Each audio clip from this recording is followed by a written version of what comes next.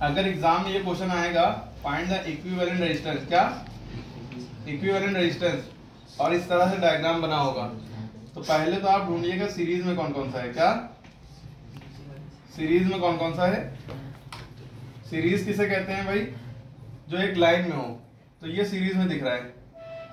पहले ढूंढिए सीरीज में कौन है, फिर ढूंढिए पैरेलल में कौन है। दो चीजें ढूंढने होती हैं, और ये दोनों के अलग अलग फॉर्मूले होते हैं। सीरीज और पैरेलल के अलग अलग फॉर्मूले होते हैं। तो आसान फॉर्मूला सीरीज का होता है। तो सीरीज क्या है? जो एक लाइन में हमें दिख रहे हैं, ये रेजिस्टेंस समझ लीजिए। ये जो सिंबल होता है यूं करके, इसे कहते हैं रेजिस्टेंस। क्या कहते हैं? Resistance, resistance. ठीक है, ठीक। इसकी यूनिट होती है ओम, OHM। इसका सिंबल होता है यूं करके, यूं। ठीक है, पंडित जी लोग माथे में लगाए रहते हैं इस तरह का। ठीक है, तो ये हमने देखा सबसे पहले, ये हमें रेजिस्टेंस में दिख गया। ठीक, अब हम क्या करेंगे, ये R1 मान लिया, ये R2 रेजिस्टेंस मान लिया, ये R3 रेजिस्टेंस मान लिया। ठीक, फिर इसको पहले हम सॉल्व करेंगे। कैसे? क्योंकि ये सीरीज में है, तो सीरीज का फॉर्मूला होता है R बराबर R1 plus R2 plus R3। ठीक, अब वैल्यू रखेंगे। R1 की वैल्यू 2 है, R2 की वैल्यू 3 है, R3 की वैल्यू 4 है। अब जब हम इनको ऐड करेंगे, 2 3 5 5 4 9, ठीक, 9 आ गया। लेकिन अभी ये नंबर आपके कट जाएंगे खाली अगर आप 9 लिख के छोड़ देंगे।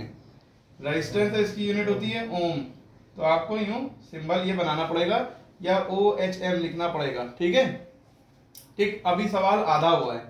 अभी आपने इसको सीरीज को सॉल्व कर लिया, और ऊपर अभी हमें दिख रहा है, ऊपर भी तो कुछ है, ये ऊपर भी तो 9 बना है। अब जब ये सॉल्व हो गया इतना हिस्सा, तो ये नीचे का हिस्सा यूं हो जाएगा, सॉल्व होके ये 9 आ गया। ऊपर कैसा था? ये इधर जाके ऊपर कैसा था? ये 9 था। ऊपर भी यूं करके 9 है ना? ये भी 9 है और ये भी 9 है। ठीक, अब देखिए जब इधर से करंट आ रहा था यूं करके, ठीक, करंट इधर आता है, इसको जैसे ही दो रास्ते मिले तो ये पैरेलल हो, जैसे ही दो रास्ते मिलेंगे करंट को, वहां से पैरेलल हो जाएगा मामला। लेकिन जो ये नीचे वाला जा रहा है, तो ये तो तीनों से होता हुआ जा रहा है, कोई रास्ते दो तो हो नहीं रहे इसके यहाँ पे, तो यूं ही जो था, ये तो सीरीज में पड़ गए। लेकिन यहाँ से जो, अब यहाँ से जो बटा था, यहाँ से तो इसका ताल्लुक तो पैरेलल से है, तो ये जो नीचे वाला करंट गया था, ये सॉल्व होकर ये 9 आ गया, है ना? तो अभी भी ये करंट एक इधर से जाएगा, इधर दो रास्ते दिख रहे हैं इसको, तो ये दोनों पैरेलल में हैं। जैसे ही ये दो रास्ते होंगे तो ये पैरेलल माना जाए। पैरेलल का मतलब होता है, अरे हम ये वर्ड बोल रहे हैं, PARALLEL, पैरेलल। मार्कर बेचारा जो है अच्छा शुरू हो रहा है ना, अच्छी बता रहा है, ठीक है, होता है। अब इसको इक्वेशन 1 चाहे मान लो चाहे ना मानो, अब इन दोनों को पैरेलल में रखा ना, ठीक। जब ये पैरेलल में है तो पैरेलल का फॉर्मूला देखिए, बुक में बड़ा कठिन फॉर्मूला लिखा है, आप देखेंगे 1/r बराबर 1/r1 प्लस 1/r2। भाई 2 है तो 1/r2 तक रहेगा, 3 होते हैं 1/r3, है ना? लेकिन आप ये फॉर्मूला ना लगाइएगा, इसकी जगह आप याला फॉर्मूला लगाइएगा, याला मत लगाइएगा, वरना कंफ्यूज होंगे, सॉल्यूशन में गड़बड़ी करेंगे, कहीं ना कहीं रिवर्स करना भूल जाएंगे या कुछ ना कुछ गड़बड़ कर देंगे। ठीक, तो आप फॉर्मूला लगाइएगा, R बराबर R1 इंटू R2, यानी कि इन दोनों को आप मल्टीप्लाई कर देंगे अपॉन R1 प्लस R2, फिर इन्हीं दोनों को आप नीचे ऐड कर देंगे। ठीक है, वो वाला फॉर्मूला 1/r1 वाला, उसमें एलसीएम लो, फलाओ ढमक करो, फिर उसमें जो है गलत हो जाता है बच्चों का। आप यही फॉर्मूला लगाइएगा, ये आपको शायद किसी बुक में लिखा हुआ नहीं मिलेगा, मिल भी सकता है, हो सकता है ना भी मिले, ये हम लोग जनरलाइज करते हैं, उसी के आगे बढ़ा के अगर आप सॉल्व करेंगे तो यही आ जाएगा। ठीक है, तो आप यही वाला लगाइएगा, गलत नहीं है। कोई टीचर दुनिया में ऐसा नहीं जो इस फॉर्मूले को काट दे। ठीक, R1 into R2 upon R1 plus R2, ये पैरेलल का फॉर्मूला है, RP माने पैरेलल। पॉज करो बड़े। अब हम क्या करेंगे, R1 इंटू R2 यानी कि इन दोनों को मल्टीप्लाई कर देंगे, 9 इंटू 9। फिर हम क्या करेंगे, इन्हीं दोनों को ऐड करेंगे, R1 है ये R2 हो गया। हालांकि ये R1 R2 R3 था, लेकिन जब ऐसा हो गया तो समझ लीजिए ये R1 R2 हो गया। ठीक है, तो ये 9 प्लस 9। अब क्या करते हैं, बहुत से बच्चे क्या करते हैं, इस 9 को इस 9 से काट देंगे, इस 9 को इस 9 से काट देंगे, आंसर आ जाएगा 1 और आपको मिलेगा 0 एग्जाम में। ठीक है, लेकिन कभी मत काटिएगा, क्योंकि यहाँ प्लस लगा है और यहाँ मल्टीप्लाई, यहाँ पे मल्टीप्लाई होता है, यहाँ पे भी मल्टीप्लाई होता है, तो सब एक दूसरे से कट जाते तब बना जाता। लेकिन यहाँ प्लस लगा है, यहाँ है मल्टीप्लाई, तो आप क्या करेंगे, जो मल्टीप्लाई वाला है इनको मल्टीप्लाई करेंगे, 9 9 दा 81 और 9 प्लस 9 9 18 हो गया। ठीक, अब यहाँ तक हो गया, चाहे तो आप यहीं से डिवाइड कर लिया, या तो अगर आपको काटना आता है, टेबल आता है तो बहुत अच्छा है। कौन सा ऐसा टेबल है जिसके टेबल में ये दोनों नंबर आते हैं, बड़े से बड़ा 9।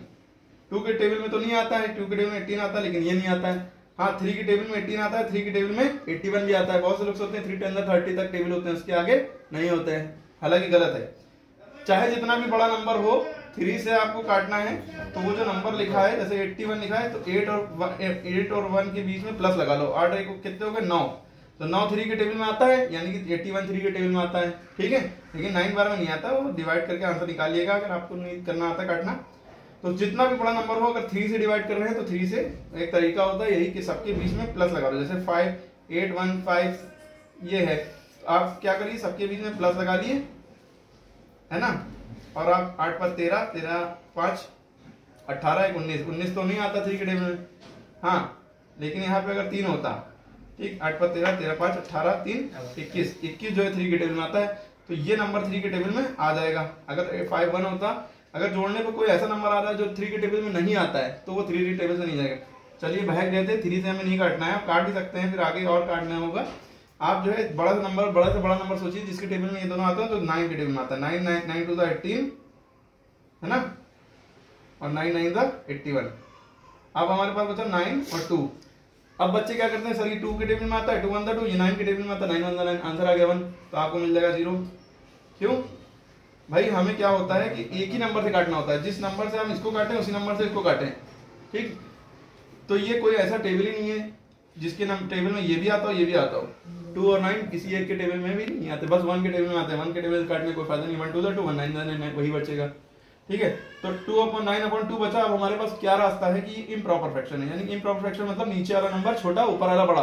अब ऐसी सिचुएशन में नीचे वाला नंबर को बाहर लिखते हैं, ऊपर वाले नंबर को अंदर लिखते हैं।